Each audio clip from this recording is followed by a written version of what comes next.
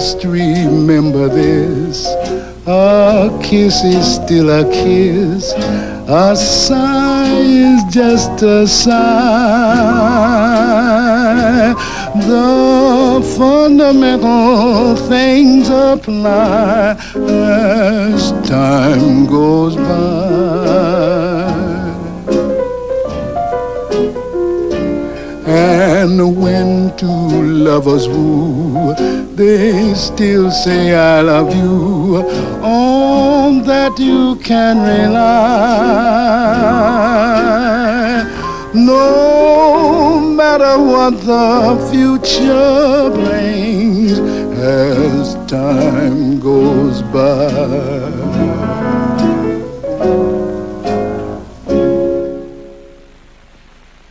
Played it for her, he played for me. Well, I don't think I can remember. If she can stand it, I can. Play it. Yes, boss.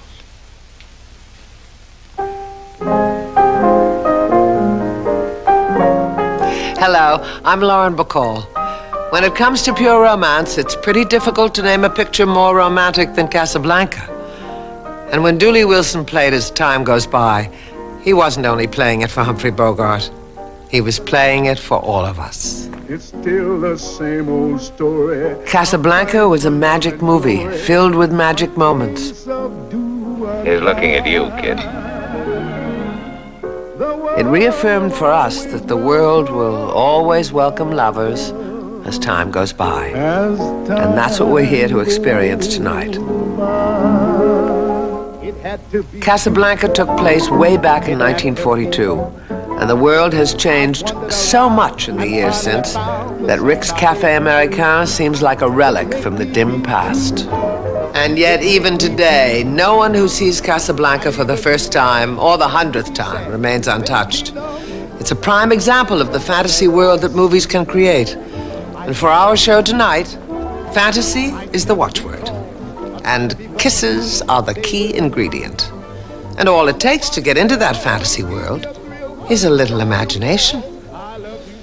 In recent years, steamy love scenes leaving very little to the imagination have become rather common. But in the golden years of Hollywood, a kiss was still a kiss. Tonight, we're going to celebrate those wonderful movie kisses. Kisses that fired our imaginations enough to make us laugh or cry or get mad or get romantic. Kisses we could build a dream on. Yes, give me a kiss to build a dream on. My imagination will thrive upon that kiss. Sweetheart, I ask no more than this. Kiss to build a dream on. Yes. Give me a kiss before you leave me. My imagination will make that moment live. Yes. Give me what you alone can give. I kiss I will I dream on.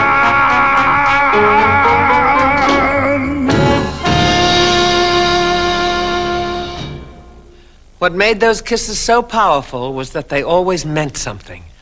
A good kissing scene had a beginning, a middle, and an end. And when you saw it, the feelings really hit home. Let's take one of those kisses we just saw a moment ago. Jimmy Stewart kissing Lana Turner. The film was called Ziegfeld Girl, and Stewart, a poor working stiff, was afraid that if Lana became a successful showgirl, he would lose her to some high society playboy. But finally, she convinces him that she should do the show, as long as she agrees to meet him the minute it's over. Oh, Gil, don't spoil things. I just gotta see it through, don't I? What'll I tell our grandkids if I don't? Yeah, dames is just like traffic. Sometimes you gotta stop, sometimes you gotta go. Yeah, but a smart driver don't beat the lights. A kiss to build a dream on.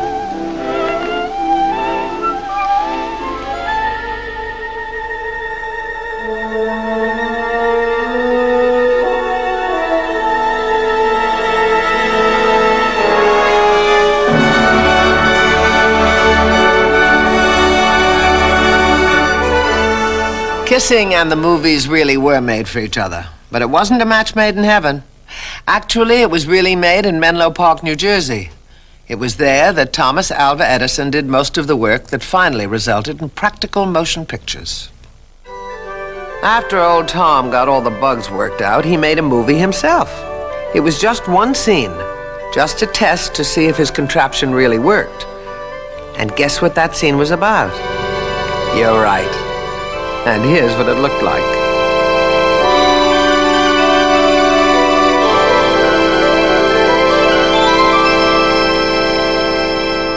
Tom Edison's first movie. He called it The Kiss, and he made it way back in 1896. And in 100 years, the movies have never stopped kissing. In fact, the movies learned to kiss before they learned to talk.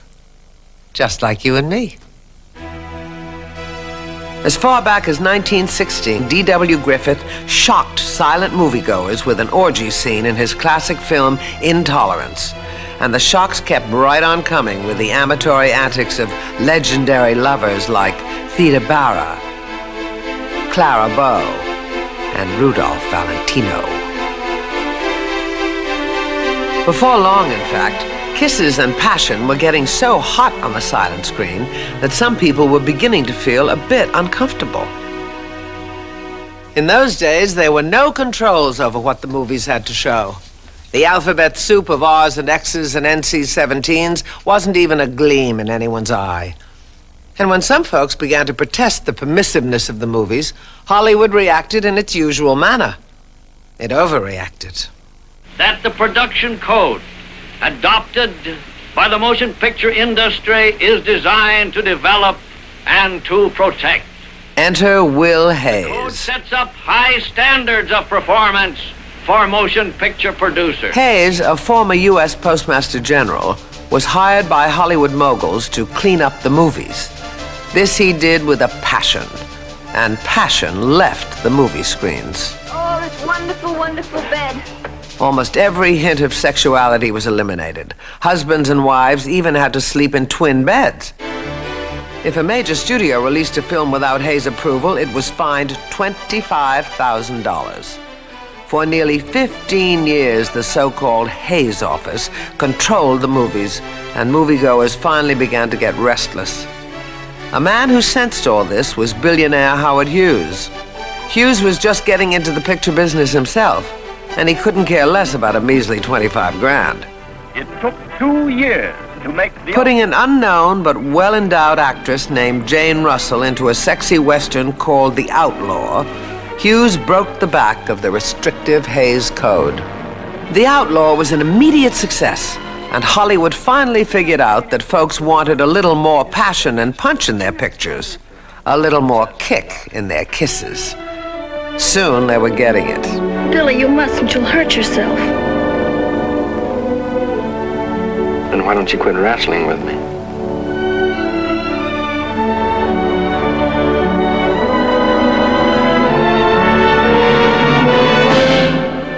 But there are, of course, plenty of movie kisses that even Will Hayes would have approved of.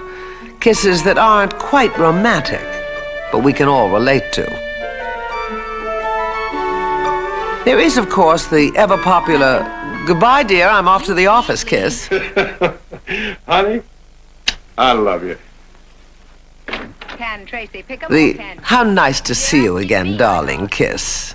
Hello, darling. Hello. The maybe girl from Never Neverland. The kiss that's just for fun. Hiya, Grandpa. Here I am, CODFOB and MUG. Come on, honey. Hang on. That's because you like me, my dear. And then it's always wonderful when a young girl gets a kiss from her best friend.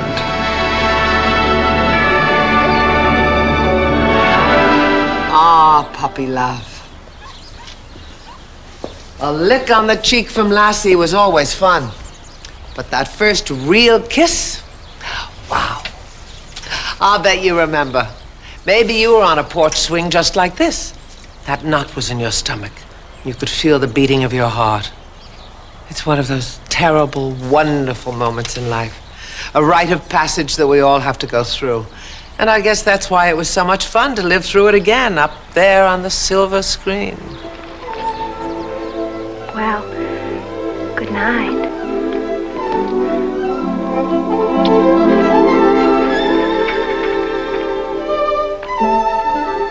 For many a young actor, that first movie kiss was an overpowering experience, even for Angela Lansbury. One thing about me hasn't changed, though. No boy has ever kissed me yet. But nobody did it more expertly or more often than Mickey Rooney and Judy Garland. In a string of films covering almost a decade, Mickey and Judy shared so many first kisses that at the end they must have felt as though they'd been married forever. But they always seemed to carry it off just right. Maybe you better kiss me, even if we both don't want to.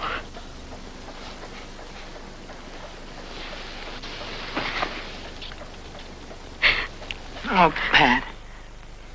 I do. You do what? I do. What you want me to say and I won't. Very much.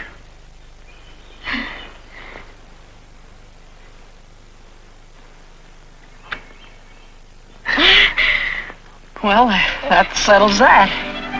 I dare you. You what? I double dare you. Double? You did it. Penny. Yeah. Tommy. Despite all his experience, poor Mickey never could seem to understand just what kissing was all about. As Andy Hardy, he finally turned to his wise old dad for advice.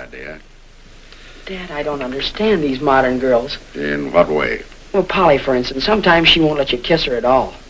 But there's Cynthia. Oh, she'll let you kiss her whenever you want to. If she doesn't want to swim, she doesn't want to play tennis, go for walks, all she does is want to kiss you. I'm a nervous wreck. Well, of the 2 degrees of kissing, which seems the most desirable to you? Well, when you want to kiss a girl and she won't let you, you want to kiss her all the time. But there's Cynthia. Dad, do you think there's anything wrong with a guy if he doesn't want a girl kissing him all the time? Nothing adds more to the magic of a kiss than a little music. But for their first 20 years, the movies had to labor along without a soundtrack. And then, in 1927, movie stages became sound stages. Padding like this had to be added to help keep things quiet. And as for moviegoers, they were about to find out that they ain't heard nothing yet. You ain't heard nothing yet. From the moment amazed viewers first heard Al Jolson singing out loud in The Jazz Singer, silent pictures were history. Producers soon learned that one of the best ways to present a kiss was to say it with music. And audiences were treated to a whole new world of love and romance. There's a whippoorwill that's calling you.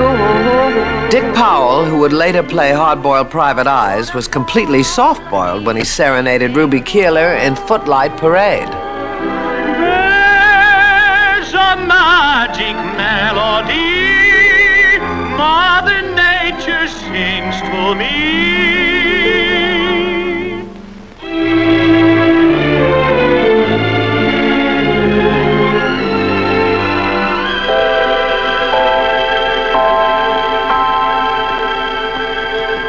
'Cause you'd be all so easy. Singing heroes became in such demand that even Jimmy Stewart was pressed into service. In Born to Dance, as a sailor on leave, he found lyrical love with Eleanor Powell.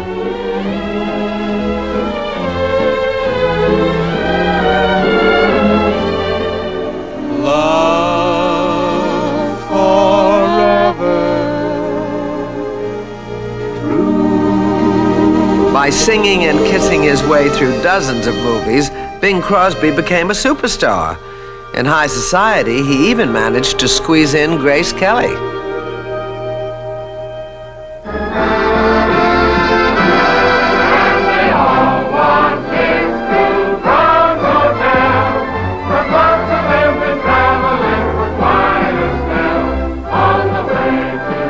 And in The Harvey Girls, Judy Garland and John Hodiak showed that in the movies, love always led to marriage, And they proved it with a kiss as big as all outdoors. I think that by now we're beginning to see that there are all kinds of love in the movies, and all kinds of kisses.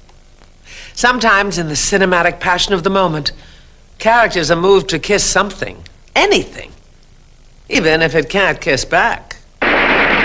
In Battleground, Van Johnson ran through shot and shell just to plant a kiss on his battlefield beauty. I love the artwork. Groucho Marx and Frank Sinatra sang a ballad to a banknote. The nicest people we know are the people who get their faces on dough. Greta Garbo bared her soul to a slipper. And in Singin' in the Rain, Donald O'Connor just felt like a dummy. Sometimes it seemed like inanimate objects were even kissing each other.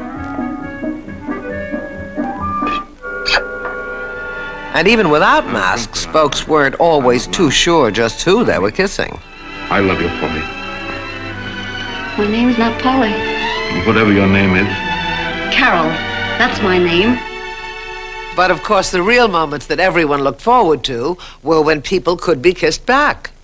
And when a newly discovered star could generate some kind of romantic chemistry with their first on-screen kiss, it was always box office magic. Oh, it's magic. It sure is. Oh, a fine detective I turn out to be. Doris Day got her first smack in a film called Romance on the High Seas.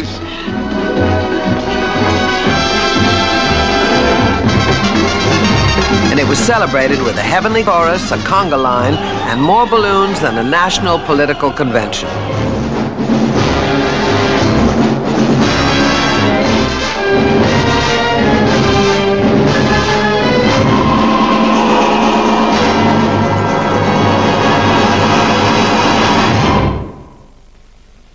You know, Steve, you're not very hard to figure. Only at times. Sometimes I know exactly what you're going to say. Most of the time. As for me, I got my first film kiss in a picture called To Have and Have Not. The other times, you're just a stinker.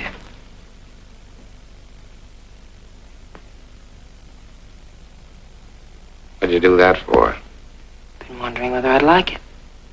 What's the decision? I don't know yet.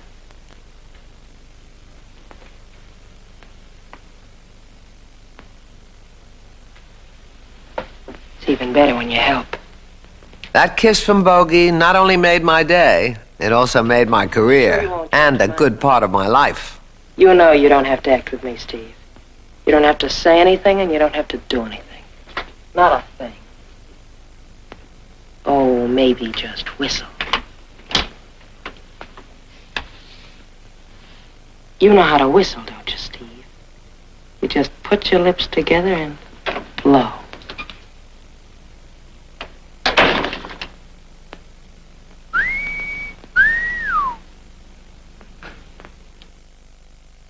Well, we've got snakes in Ohio, too. What else?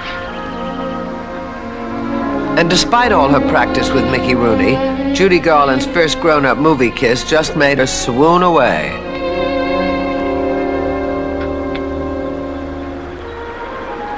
You got that in Ohio, too? Oh, yes, we've got plenty of that in Ohio. Here, what's the matter? You all right? Oh, where does love begin and where does friendship end? And speaking of swooning, about 10 million Bobby Soxers probably fell into a swoon over Frank Sinatra when the chairman of the board got his first kisses in a film called Step Lively. Police! And I think I'm gonna do it.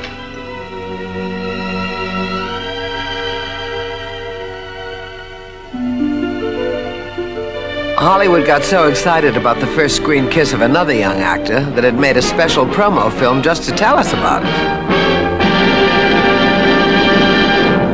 How do you do, everybody? I'd like to introduce myself. My name is Ronald Reagan. The first picture, well, what do you think it was about? A radio station. Would you like to see a few scenes? Stick around a minute. I got to pull with the operator. Hey, Give me an entrance, will you? Well, I can't call you Uncle anymore. And I can't call you Auntie anymore. What shall I call you? Come here.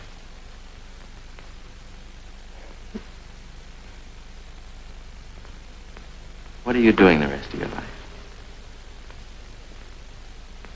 For presidents-to-be, even for kings and queens, Hollywood has always been known as a place that makes fairy tales seem to come to life. But in reality, making this happen takes a lot of hard work. And by the time sound was added to the film, acting was getting to be a pretty complicated profession. A lot of stars had to learn how to talk and sing and kiss. But even so, there was still one element missing. They had to learn how to dance as well. As we all know, it's sometimes hard to find people who can walk and chew gum at the same time. So when directors tried to find actors who could walk and talk and sing and kiss and dance, the pickings got pretty slim. The answer was to find a group of actors who could do it all and pass them around from partner to partner and picture to picture. It looked something like this.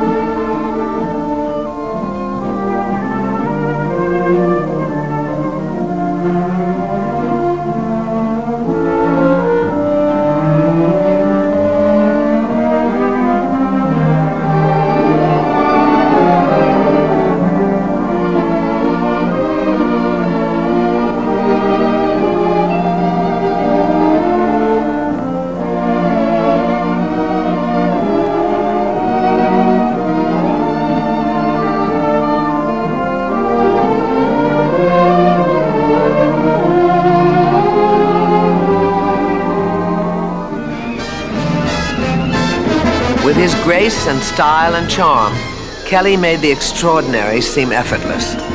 And when it came to consummating a coveted kiss, Kelly could overcome any obstacle by sliding into action.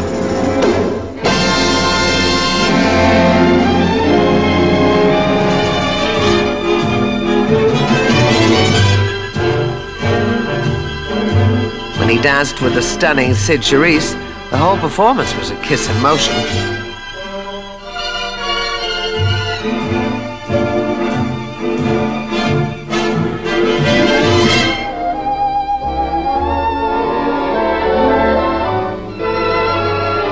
And when the scene called for quiet romance, Kelly was again the master.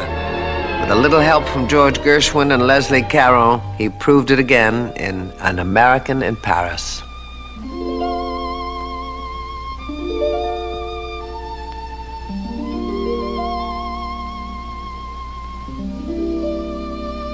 Just a few of those wonderful moments that will live as long as there are people who want to be entertained. That's so you'll act right when he gets here.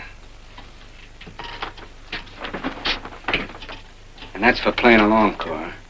Movie tough guys, characters like private eyes and cops, have always had a special place in the hearts of moviegoers.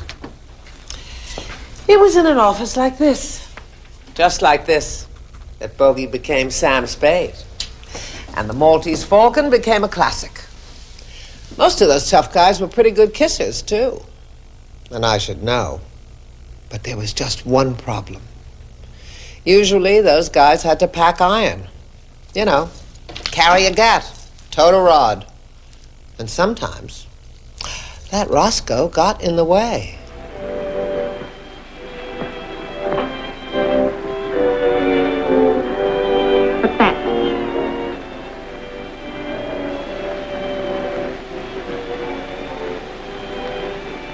Give it to him, Rico.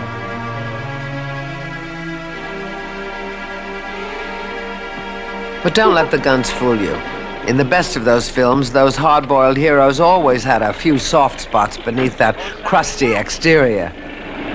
Well, I'm not accustomed to riding with, strangers. We're not going to be strangers. How far you going? Pretty far.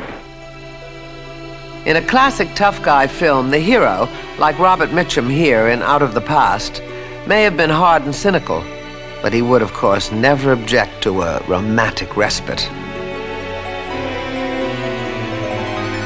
But they could never forget that there was always a mission to accomplish. That cynical exterior meant survival. Don't you believe it? Baby, I don't care. Maybe I'm a bit prejudiced, but I don't think anyone played the soft-hearted tough guy more often or more expertly than Bogey. Should be awful easy.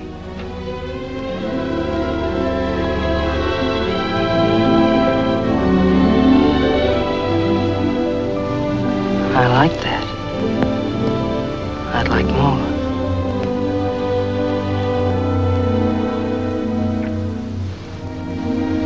That's even better. He even pulled that tough guy stuff on me. All right. Now that's settled. What's Eddie Mars got on you? So that's the way it is. That's the way it is. Kissing is all right. It's nice. I'd like to do more of it. First, I want to find out what Eddie Mars has on you. Bogart was tough and he was romantic. But when he spotted a bad guy lurking outside his lover's window, romance just had to wait.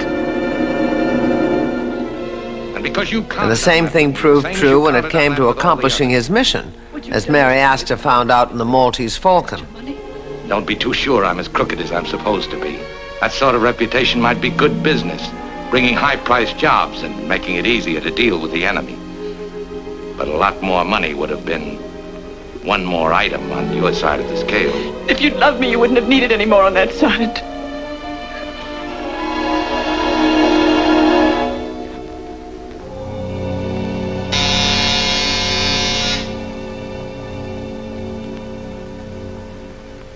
Come in. Bogey blew the whistle on the guilty Miss Astor, even though it meant that his love life would come to a screeching halt. Swell. Here's another one for you. She killed Miles. How tough can you get? Will you get out of this and stay out if I let you go? No. Even though Bogey was the screen's quintessential tough guy, he was never too tied up in his work.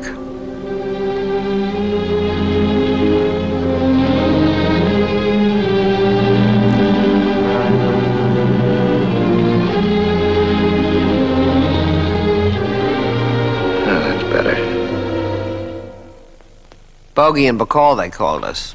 We were quite a team. Some people said it all worked because in my own ladylike way, I could be just as tough as he was. Oh, I like that.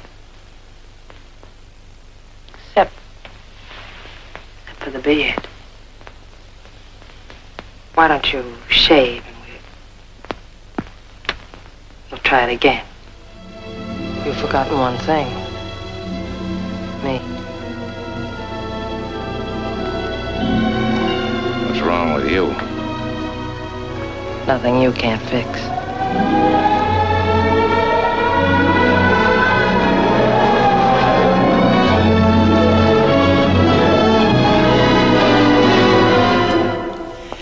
In the movies, kisses almost always lead to love and marriage.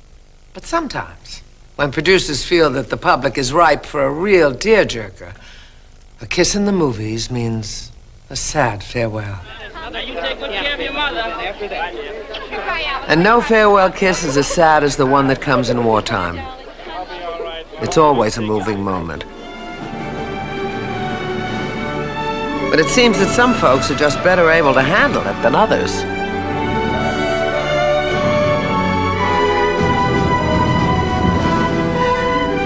Renee Adoré, for example, was just a bit reluctant to see John Gilbert go off to World War I.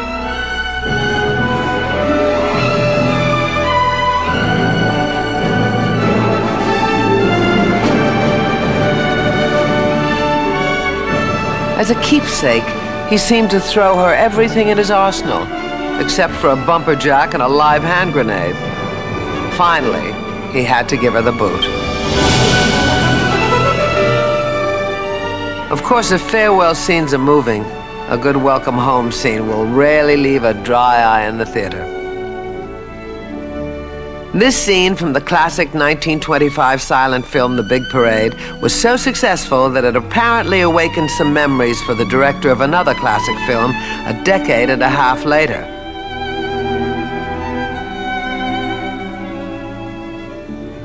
See if you don't agree.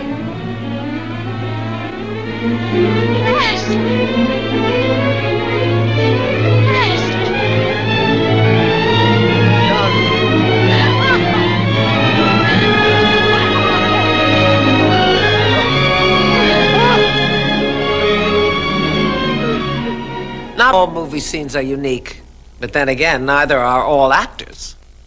But there was one screen lover who radiated a matchless aura of grace, sophistication, and humor that was both incomparable and irresistible. He began his career with the unlikely name of Archibald Alex Leach.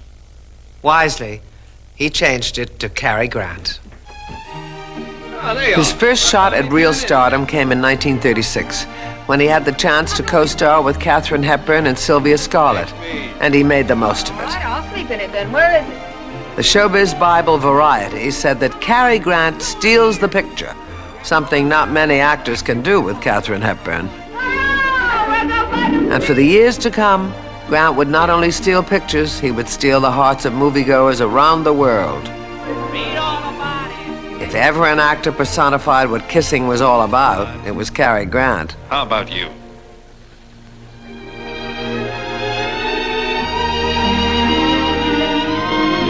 And his emotional range seemed almost unlimited. He was the master of the humorous kiss. What's all the screaming about? But I saw It's way past her bedtime. Have you ever been kissed in a car?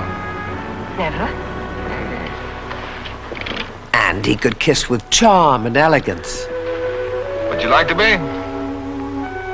Yes.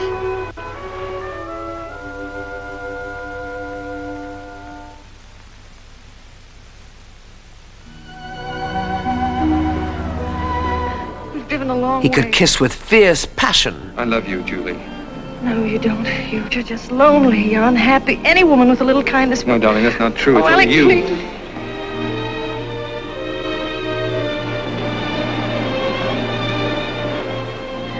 And he could deliver just about every other kind of kiss that can be imagined. Hey, that'll make it go up.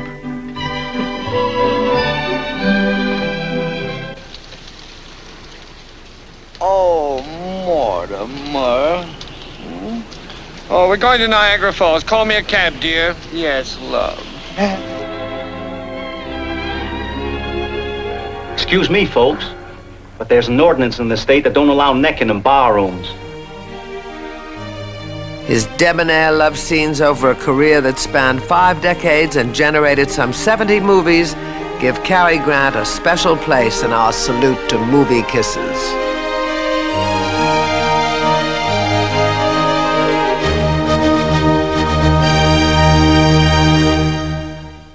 It's a pretty well-used phrase, but movies really are magic. I mean, just a few minutes ago, I started this show in an old Hollywood movie studio. And now, here I am in a penthouse overlooking the lights of San Francisco. I think I can even see Sam Spade's office down there somewhere.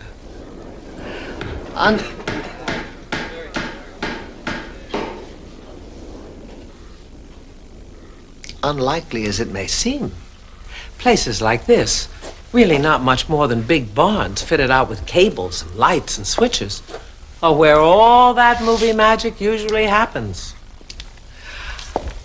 We can turn this rickety piece of scenery into a south of the border cantina where cowboys fight to the death over some raven-haired beauty. Here's a wing from an old airplane. I wonder where the rest of it is and who flew it. Old stages like this are just filled with wonder. Even this beat-up park bench. Maybe a pair of young lovers once sat right here. Do you see what I see? The magic is here. It's Jimmy Stewart and Eleanor Powell. That was about 50 years ago. Maybe that was just my imagination. I mean, there can't really be magic, can there? I don't know if it's real or not. But if the magic isn't here, it still survives on fragile strips of film that are strong enough to carry us off on flights of romantic fancy. The most amorous love scenes of all time have been captured by the cameras of Hollywood. But just a handful have reached that pinnacle of emotion that qualifies them as true classics. Kisses that still burn in our memories. From Here to Eternity carried us away to Hawaii in the days before World War II. It also carried away 8 Academy Awards and the hearts of every moviegoer when Burt Lancaster and Deborah Kerr found love on a lonely beach.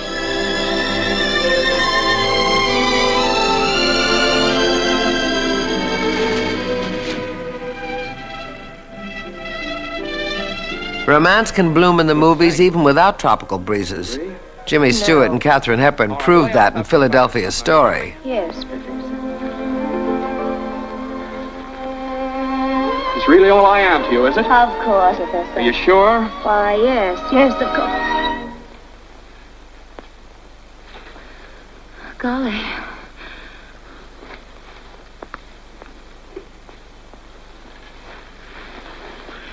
Golly, Moses. Tracy. Mr. Connor. Let me tell you something, No, don't all of Tracy. a sudden I've got the shakes. It can't be anything like love, can it? No, it mustn't be. It can't. Would it be inconvenient? Terribly. A general warmth in the past. Even politics gets swept aside by romance in the movies. In Ninotchka, cold communist commissar Greta Garbo melts away in the arms of American playboy Melvyn Douglas. You're very talkative.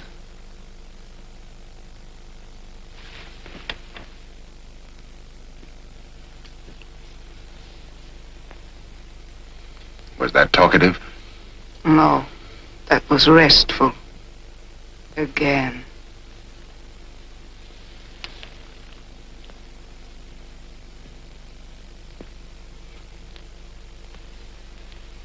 Thank you. Oh, my barbaric Ninotchka.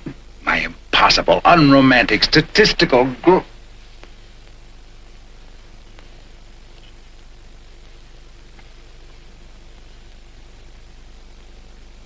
Again.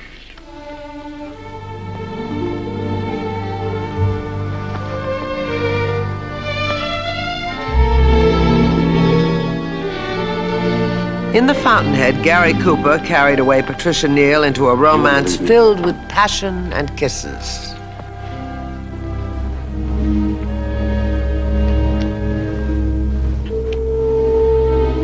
Then there were the Mayo brothers, injection. When Tony Curtis, doing a parody on Cary Grant, If I wasn't such a coward, I'd kill myself. got together with Marilyn Monroe, doing a parody on herself, There must be some girl someplace that... Some Like It Hot provided one of those rare movie moments when sex and satire combine to perfection. Would you do me a favor? Certainly. What is it? I may not be Dr. Freud or a male brother or one of those French upstairs girls, but could I take another crack at it? All right, if you insist.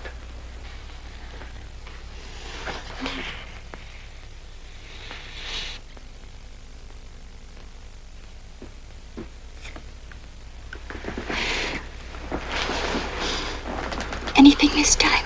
I'm afraid not. Terribly sorry. You can't leave me, please. I'll never forgive you. Flaming passion and burning cities, breaking hearts and broken dreams. It all came together in perhaps the greatest movie ever made, Gone with the Wind. The fire that blazed between Scarlet and Rhett could dim even the burning of Atlanta. I love you. Here's a soldier of the South who loves you, Scarlet. Wants to feel your arms around him. Wants to carry the memory of your kisses into battle with him. Never mind about loving me. You're a woman sending a soldier to his death with a beautiful memory. Scarlet, kiss me. Kiss me once. You low-down, cowardly, nasty thing, you. They were right. Everybody was right. You aren't a gentleman. A minor point at such a moment. Play it, Sam. Play. as time goes by. You must remember this, a kiss is just a kiss, a sigh is just a sigh. If Gone with the Wind wasn't the greatest love story of all time, it was only because of the passion that flared between Rick and Elsa in Casablanca. Sam, I thought I told you never to play. The story of a love that just couldn't be. It was filmed some 50 years ago and may go on breaking hearts forever. Kiss me. Kiss me as if it were the last time.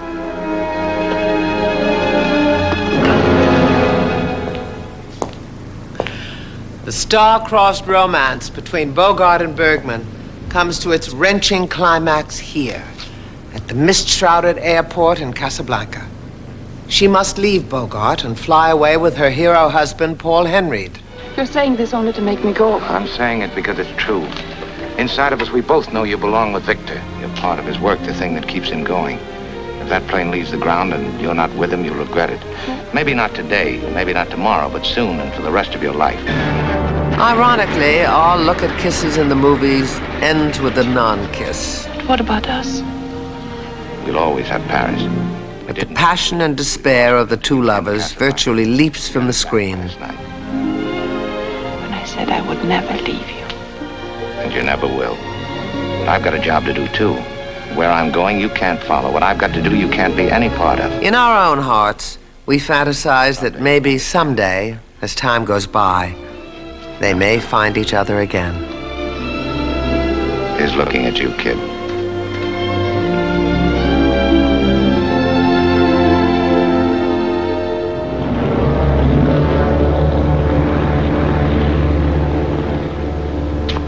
It might be a good idea for you to disappear from Casablanca for a while. I could be induced to arrange a passage. Louis, I think this is the beginning of a beautiful friendship. For us, our relationship with the movies is more than a beautiful friendship. It's an ongoing love affair that keeps on reaffirming a basic fact of life. A kiss is still a kiss.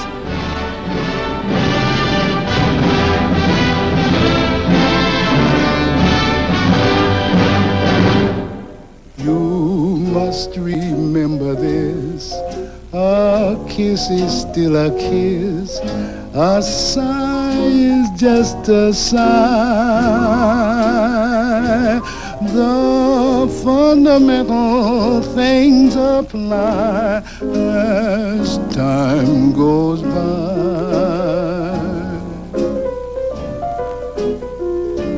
And when two lovers woo, they still say I love you. On that you can rely. No matter what the future brings as time goes by.